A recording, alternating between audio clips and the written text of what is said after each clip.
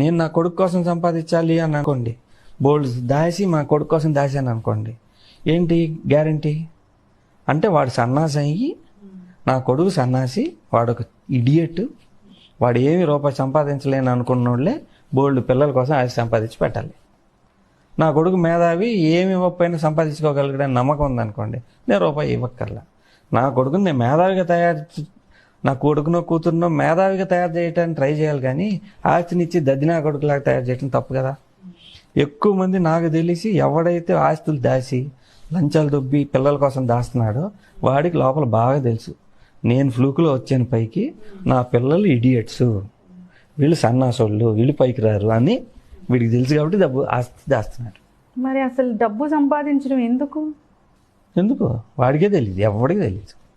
నాకు ఒక చెప్పండి, ఇప్పటిదాకా ఒక టెక్నాలజీ కనిపెట్టలా. ఏంటది?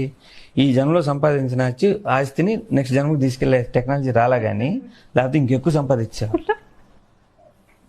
ఇప్పుడు తేనె తొట్టిలో ఈగలు ఉంటాయి, తేనెటీగలు తేనె దాస్తాయి. ఫైనల్గా ఏంటి? మనం వెళ్ళి వాటిని నిప్పు పెట్టి పక్కకు చదివి మనం తాగుతాం. ఈ ఆస్తి దాచే వాళ్ళందరూ బాపితే అదే. ఎందుకంటే వాళ్ళ పిల్లలకి ఎలా సంపాదించాలో తెలియదు, దాయటం తెలుసు. ఫాదర్ సంపాదించాడు, ఫ్రాడ్ చేసో మంచిగానో తప్పుగానో ఏదో సంపాదించేశాడు ఫ్లూక్లో, ఇప్పుడు అది దాచాడు, కొడుక్కి తెలియదు సంపాదించడం.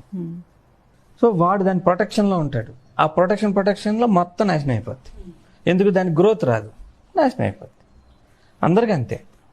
ఇప్పటిదాకా చెప్పండి, 5 తరాలు ఆస్తున్న తరం చూపించండి. ఫస్ట్ తరం అప్పర కోటీశ్వర్లు అనుకోండి, 5వ తరానికి ఉండదు, 3వ తరానికే ఉండదు, 3వ తరానికి నాశనం, 4వ తరం మళ్ళీ మొదలెట్టాలి. నాకు చెప్పండి, ఒకరిని చూపించండి. ఎవడైనా సరే రోడ్డుకి వచ్చేయాల్సిందే. ఈ తెలియకి, వాస్తవం తెలియక దాస్తుంటారు, వేస్ట్. అంటే నెక్స్ట్ తరాల వాళ్ళు రిలాక్స్ అయిపోయి వాళ్ళ ముందు తరాల వాళ్ళు సంపాదించింది తింటూ ఉంటారు, అంతే. వాడికి రాదు కదా. ఇప్పుడు నాకు వేటాడతాం వచ్చనుకోండి, నేను వెళ్ళి వేటాడి జంతువుని చంపాను. ఇప్పుడు ఆ జంతువులన్నీ తీసుకొచ్చి ఇంట్లో పెట్టాను, నా కొడుక్కి, నా మనవాడికి, ముని మనవాడికి అని. ఇది ఉడిపోద్ది, ఆడికి వేట రాదు. మా నాన్న సంపాదించి పెట్టాడని ఆడికి వేట రాదు, అవుట్, ఆడు చచ్చిపోతాడు.